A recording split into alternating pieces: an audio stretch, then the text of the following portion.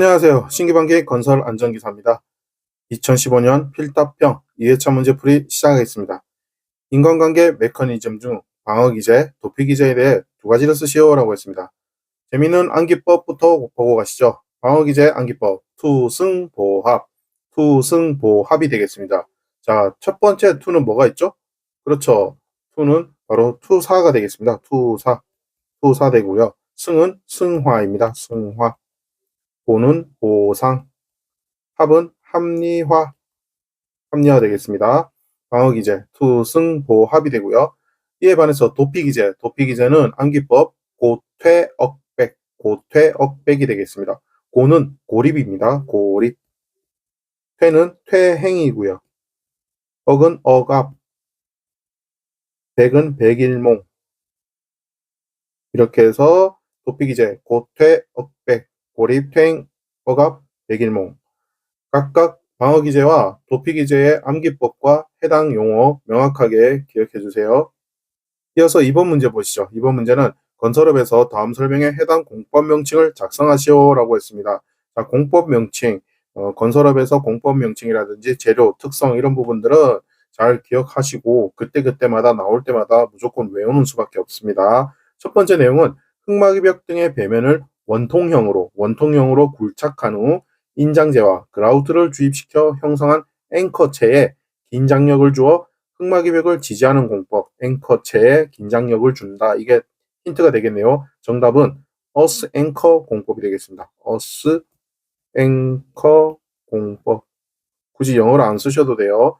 다음 두 번째는 지하의 굴착과 병행하여 지상의 지붕이라든지 보 등의 구조물을 축조하며 지하 연속벽을 흙막이벽으로 굴착하는 공법. 지하의 굴착과 병행해서 역시 지상도 한다는 것이죠. 그래서 지하의 구조물을 축조한다. 정답은 바로 탑다운 공법이 되겠습니다. 탑다운 공법 역시 한글로 쓰셔도 되겠습니다. 공법 명칭 정확하게 구분해서 용어에 혼선이 없도록 개념을 잘 정리해 주세요. 계속해서 3번 보시죠. 3번은 사질토 집안 계량 공법의 종류 두 가지를 쓰시오라고 했습니다. 사질토 집안, 모래 집안이죠. 자, 이것은 암기법으로 먼저 보시겠습니다. 암기법 다전진 웰폭약, 다전진 웰폭약. 자, 첫 번째 다는 다짐 말뚝 공법이 있습니다. 다짐 말뚝 공법이 되겠고요. 다음 두 번째 전은 전기 충격 공법입니다. 전기 충격 공법. 세 번째 진은 진동 다짐 공법입니다. 첫 번째는 다짐 말뚝 공법이었고 세 번째는 진동 다짐 공법. 영어로는 vibro flotation이라고 하고요. 네 번째는 웰 포인트 공법입니다. 웰 포인트 공법. 사질토니까 웰 포인트 공법. 이 웰 포인트 공법은 집안 수위 저하 공법, 지하 수위 저하 공법도 동일하게 표현을 할 수 있고요. 다섯 번째는 폭파 다짐 공법입니다. 폭파 다짐 공법. 여섯 번째는 약액 주입 공법, 약액 주입 공법. 이렇게 해서 다전진 웰폭약 기억하시면 되고요. 여기서 다짐이 들어가는 공법이 총 세 가지가 있죠. 다짐 말뚝 공법, 진동 다짐 공법, 폭파 다짐 공법. 이것만 기억하더라도 우리가 충분히 답을 쓸 수가 있어요. 자, 옆에 보시면 점토지방 공법이 있죠. 점토지방 공법은 치환공법, 안밀공법, 탈수공법, 배수공법, 고결공법, 대기압 공법 이렇게 점토지방 계량 공법도 시험에 나올 수 있으니까 서로 사질토 지방 공법이랑 점토 지방 공법, 계량 공법들 각각의 차이점, 용어 잘 기억해 주세요. 이어서 4번 문제는 동일한 장소에서 행하여지는 사업의 사업주는 그가 사용하는 근로자와 그의 수급인이 사용하는 근로자가 동일한 장소에서 작업할 때 생기는 산업재해 예방을 위한 조치사항을 세 가지 쓰시오라고 질문을 했습니다. 이 문제는 도급 사업 시 산업재해를 예방하기 위한 도급인의 이행사항 두 가지를 쓰시오라는 문제로도 출제가 되었습니다. 문제 유형 각각 잘 혼선이 없도록 파악해서 답안을 써주시고요. 첫 번째 내용은 도급인과 수급인을 구성으로 하는 안전 및 보건에 관한 어떤 내용을 구성을 하느냐, 바로 협의체를 구성하고 운영해 주셔야 됩니다. 협의체를 구성하고 운영을 한다. 다음 두 번째는 작업장의 순회 점검을 해주셔야 되고요. 세 번째는 관계수급인이 근로자에게 하는 안전보건 교육을 위한 장소와 자료를 제공하고 지원해 주셔야 됩니다. 그리고 네 번째는 관계수급인이 근로자에게 하는 안전보건 교육의 어떤 내용이요? 실시 확인 여부도 점검해 주셔야 되고요. 다섯 번째는 발파, 화재, 폭발, 붕괴, 지진 등을 대비한 경보체제 운영. 경보체제 운영. 이 경보체제는 어떤 경보라 했죠? 발파, 화재, 폭발, 붕괴, 지진 등을 대비한 경보체제 운영과 그러한 재난이 발생했을 때의 대피 방법에 대한 훈련도 해주셔야 돼요. 대피 방법 훈련. 그리고 끝으로 여섯 번째는 위생시설 관련 내용이 있습니다. 위생시설 관련. 위생시설 어떤 거냐? 위생시설 등 필요한 장소의 제공 또는 도급인이 설치한 위생시설을 이용할 수 있게끔 협조해 주셔야 돼요. 이렇게 해서 총 6가지 도급사업 시 산업재해를 예방하기 위한 도급인의 이행사항 살펴봤습니다. 자, 5번 문제는 가설 통로에 설치하는 경우 사업자 준수사항 3가지를 쓰시오라고 했습니다. 가설 통로 문제, 계단 문제 자주 나오는 문제라서 반드시 맞출 수 있도록 해주시고요. 괄호 넣기가 아니에요. 하지만 키워드를 중심으로 살펴보겠습니다. 그래서 여러분들은 문장 전체를 반드시 숙지해 주셔야 된다는 거 명심하시고요. 첫 번째는 가설 통로는 어떻게 구조를 만드냐? 견고한 구조로 설치해 주셔야 됩니다. 견고한 구조 설치해 주시고요. 다음 두 번째는 경사는 몇 도로 하느냐? 30도 이하로 해주셔야 됩니다. 30도 이하로 해주시고 만약에 경사가 15도를 초과하는 경우에는 미끄러지지 않는 구조로 해주셔야 됩니다. 그리고 네 번째는 추락할 위험이 있는 장소, 추락할 위험이 있는 장소에는 반드시 안전난간도 우리는 설치를 해줘야 되고요. 다섯 번째, 수직경에 가설된 통로의 길이가 15m, 15m 이상인 경우에는 역시 10m 이내마다 계단참을 설치를 한다. 계단참을 설치한다. 이게 다섯 번째가 되고요. 여섯 번째는 가설 통로는 건설공사에서 사용하는 높이 8m 이상인 비계다리에는 몇 미터마다 7m 이내마다 마찬가지로 계단참을 설치를 한다. 계단참은 수직경에서는 15m 이상인 경우에 10m 이내마다 설치하고 비계다리에서는 높이 8m 이상 비계다리에서는 7m 이내마다 설치한다. 이렇게 두 가지 상황에 계단참을 설치한다는 거 가설 통로 특성 총 6가지 주의사항 준수사항 살펴봤습니다. 자, 6번 문제는 사용할 수 없는 와이어로프 조건 4가지를 쓰시오라고 했습니다. 앞서 살펴본 가설 통로 문제와 마찬가지로 와이어로프 사용할 수 없는 조건 이것도 단골 문제죠. 자, 첫 번째 암기법부터 가시죠. 암기법은 꼬지와 열심히. 자, 첫 번째 꼬는 꼬인 것은 사용할 수가 없어요. 다음으로 두 번째 지름의 감소가 공칭지름입니다. 공칭지름의 7%를 초과했을 경우에 우리는 사용할 수 없고요. 그리고 와이어로프의 한 꼬임에서 끊어진 소선의 수가 10% 이상인 경우에 사용할 수 없어요. 공칭지름은 7%를 초과한 경우 사용할 수 없고 끊어진 소선의 수는 이제 10% 이상인 거, 한 꼬임에서 끊어진 소선의 수가 10% 이상인 경우에도 역시 사용할 수가 없습니다. 그리고 열과 전기 충격에 의해서 손상된 경우,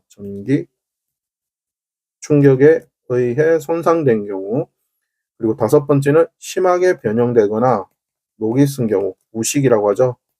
우식된 경우에 우리는 사용할 수가 없고요. 그리고 여섯 번째는 이음매가 있는 경우 역시 사용할 수가 없어요. 이음매가 있는 것. 양쪽에 와이어로프가 각각 되어 있는 것을 강제로 매듭으로 묶는다든지 해서 연결하는 것. 이것을 우리 이음매라고 하죠. 그래서 이음매가 있는 것도 와이어로프 사용할 수가 없습니다.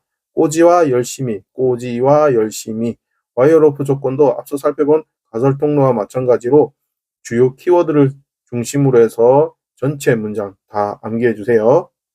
7번 문제는 PS 콘크리트에서 프리스트레스를 도입 즉시 일어나는 시간적 손실 원인 2가지를 쓰시오라고 했습니다.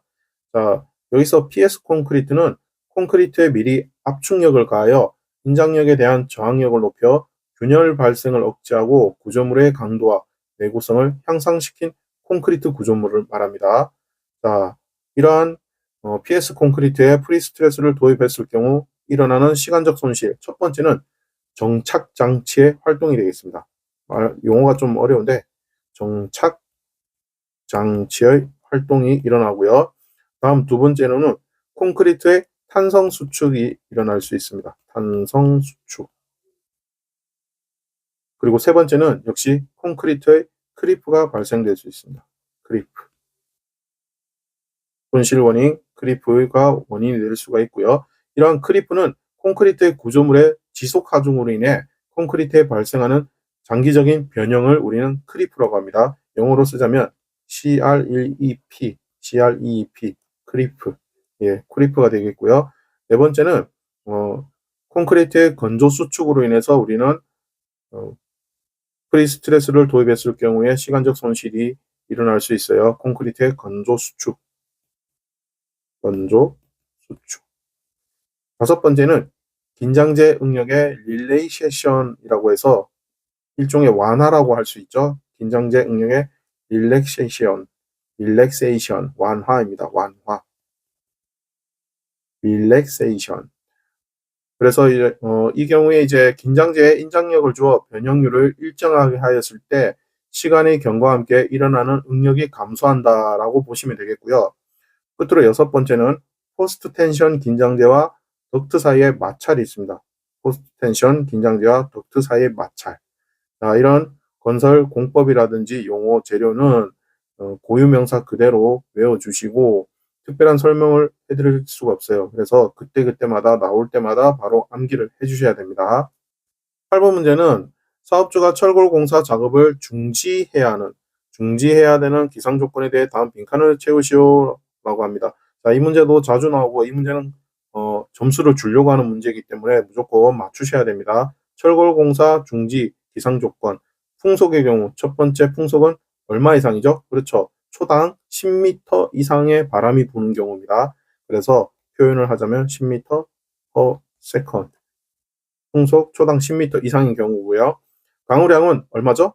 그렇죠. 강우량은 시간당입니다. 시간당 1mm 이상입니다. 1mm 이상인 경우 역시 중지해야 되고요. 강설량도 마찬가지로 시간당이죠. 그래서 1cm, 시간당 1cm 이상인 경우에는 우리가 철거공사 작업을 중지해야 됩니다. 풍속은 얼마라고요? 초당이고요. 초당 10m 이상의 바람이 부는 경우에 강우량은 시간당 1mm 이상인 경우, 강설량도 역시 강우량과 마찬가지로 시간당 1cm 이상인 경우에는 우리는 철거공사 작업을 중지해야 한다.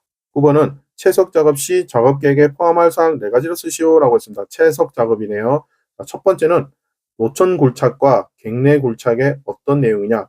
구별 및 채석 방법입니다. 구별하는 방법과 채석 방법을 우리는 작업 계획에 포함시켜 주셔야 되고요. 다시 쓰겠습니다. 채석 방법. 다음으로 두 번째는 굴착면의 높이와 기울기. 세 번째는 굴착면의 소단의 위치와 넓이도 역시 작업 계획에 포함해 주셔야 됩니다. 여기서 소단이라는 것은 비탈면의 경사를 완화시키기 위해 중간에 좁은 폭으로 설치하는 평탄한 부분을 우리는 소단이라고 합니다. 작은 단을 말하는 거고요. 자, 네 번째는 갱내에서의 낙반이나 혹은 붕괴 방지 방법도 작업 계획에 포함하셔야 되고요. 다음으로 발파 방법 있습니다. 그리고 밑에 5가지는 조금 작게 했는데요. 추가로 보시자면 암석의 분할 방법이나 암석의 가공 장소 또는 사용하는 굴착기계, 분할기계, 적재기계 또는 운반기계의 종류 및 성능에 대해서도 작업 계획서에 포함해 주셔야 되고요. 토석 또는 암석의 적재라든지 운반 방법과 그 경로도 같이 표기해 주십니다. 그리고 10번째는 표토 또는 용수의 처리 방법도 함께 작업 계획서에 포함시켜 주시면 좋겠습니다. 자, 해당 내용은 산업안전보건 기준에 관한 규칙 별표 4 사전조사 및 작업계획서 내용에 그 내용들이 법령으로 잘 나타나 있으니까 함께 찾아보셔서 비교해서 답안을 잘 정리해 주세요. 10번 문제는 건설 공사 중 발생되는 파이핑 현상과 그리고 보일링 현상을 간략히 설명하시오라고 했습니다. 먼저 파이핑 현상 보시죠. 파이핑 현상은 보일링 현상, 뭐라고요? 보일링 현상으로 인해 집안 내에서 뭐뭐가 생기면서 흙이 쇄골되는 현상이라고 했습니다. 집안 내에서 뭐가 생기냐? 바로 보일링 현상으로 인해서 물의 통로가 생깁니다. 물의 통로가 생기면서 흙이 쇄골되는 현상. 여기서 쇄골이란 말은 콘크리트 구조물 등의 단면이 물에 의해서 깎이는 현상을 말합니다. 혹은 바닥에서 흐르는 물로 인해 가지고 바닥에 바위나 흙모래가 씻겨 파이는 것, 이런 것을 우리는 쇄골이다. 결국 씻겨 내려가는, 깎이는 현상을 쇄골이라 보시면 되고요. 파이핑 현상은 보일링 현상으로 인해서 집안 내에서 물의 통로가 생기면서 흙이 깎여 나가는, 쇄골되는 현상을 우리는 파이핑 현상이라고, 보일링 현상은 사질토 집안이죠. 사질토, 모래 집안입니다. 사질토 집안에서 굴착 저면과 흙막의 배면과의 어떤 차이? 수위 차이, 물 높이 차이, 수위 차이로 인해서 굴착 저면의 흙과 물이 함께 위로 솟구쳐 오른다. 그래서 우리는 모래 액상화 현상, 이것을 보일링 현상이라고 합니다. 자, 아까 전에도 설명드렸다시피 건설 관련 공법, 용어, 재료의 특성들은 그때그때 바로 무조건 암기해 주시길 당부드립니다. 자, 11번 문제 보시죠. 11번 문제는 터널 굴착 작업에서 터널 내 공기 오염 원인 4가지를 쓰시오라고 했습니다. 터널 굴착 작업에서의 터널 내 공기 오염 원인. 첫 번째는 작업원 자신의 호흡에 의한, 사람의 자가 호흡에 의한 이산화탄소 가스죠. 이산화탄소. 근로자 자신의 호흡에 의한 이산화탄소가 그 원인이 되고요. 두 번째 오염의 원인은 화약의 발파에 의해 발생되는 연기와 가스입니다. 연기와 가스. 그리고 세 번째는 공사용 디젤 기관차, 덤프 트럭 등의 배기가스가 되겠죠. 배기가스. 그리고 네 번째는 차감기, 굴착기계, 적재기계 등의 사용과 발파에 의해 비산되는, 날아가는 분진들로 인한 오염이 있습니다. 분진 오염. 그리고 다섯 번째는 유기물의 부패라든지 발효에 의해서 자연적으로 발생하는 가스가 있고요. 여섯 번째는 집안으로부터 용출되는 유해가스가 있습니다. 그리고 일곱 번째는 산소 결핍으로 인한 공기의 오염이 있습니다. 자, 이렇게 해서 공기 오염을 충분히 생각하시면은 상식적으로 다 풀 수가 있어요.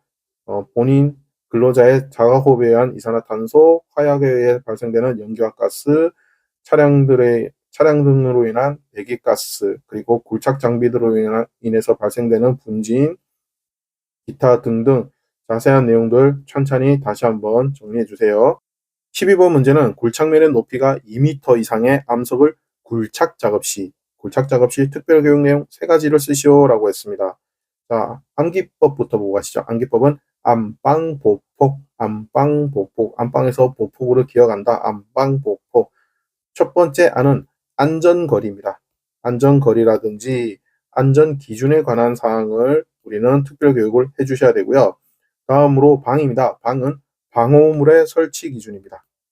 방호물의 설치와 그 기준에 대한 관한 사항도 교육해 주셔야 되고, 세 번째 보는 바로 근로자가 착용해야 되는 보호구죠. 보호구 및 신호 방법 등에 관한 사항 교육해 주셔야 되고, 끝으로 폭은 폭발물이 있겠습니다. 폭발물의 취급 요령과 그러한 폭발물이 다루게 되었을 때 대피 요령도 있어야 되겠죠. 그래서 굴착면 높이가 2m 이상의 암석 굴착 작업 시 특별 교육 내용 뭐가 있다고요? 안방 보폭 잘 기억해 주세요. 자, 13번 문제는 총 산업재해 보상보험이 보상액이 바로 2,147억 3,069만 3천원일 때 하일리 방식으로 인해 각 손실비용을 구하시오 했습니다. 자, 구해야 되는 손실비용 총 3가지가 있네요. 직접 손실비용, 간접 손실비용, 총 손실비용이 있고요. 자, 여기서 우리는 하일리 방식으로 인한 손실비용 어떻게 구하느냐? 하일리 방식으로 통한 재코스트 산정 방법은 개념이 이렇습니다. 피해자에게 지불되는 산재 보상비를 우리는 직접 손실비용이라고 하고요. 그 이외의 손실비용을 모두 간접 손실비용으로 정의를 했을 때 그 비율은 직접 손실비용이 1이 되었을 때 간접 손실비용은 직접 손실비용의 4배가 된다. 1대4가 되고 이러한 1대4를 통해서 총 손실비용은 직접 손실비용의 5배가 된다. 직접 손실비용과 간접 손실비용을 합한 거기 때문에 총 손실비용은 5배가 된다. 이것이 바로 우리는 하일리 방식을 통한 재산정 방식이라고 할 수가 있어요. 자, 그래서 직접 손실비용은 얼마라고 했죠? 산업재해 보상보험액이었죠. 그래서 문제에서 나온 그대로 2147억 3069만 3천원이 바로 직접 손실비용이 되고요. 간접 손실비용은 직접비의 4배라고 했죠. 그래서 이것을 직접비 곱하기 4를 하게 되면 8,589억 2,277만 2천원이 되겠습니다. 그리고 총 손실비용은 이렇게 구한 직접 손실비용과 간접 손실비용을 합친 금액이 되겠죠. 총액이 되고 결국 하일리 방식으로 따지자면 직접 손실비용의 5배가 되는 거죠. 그래서 이렇게 합치게 되면은 1조 736억 5,346만 5천원이 바로 우리가 구하고자 하는 하일리 방식의 총 손실비용이 되겠습니다. 그래서 직접 손실비용, 간접 손실비용, 총 손실비용 하일리 방식으로 어떻게 구하는지 구해봤고요. 여러분들은 풀이 과정과 정답을 함께 기재해 주셔야 됩니다. 그렇게 해야지 정답으로 인정받을 수 있다는 점 유의해 주세요.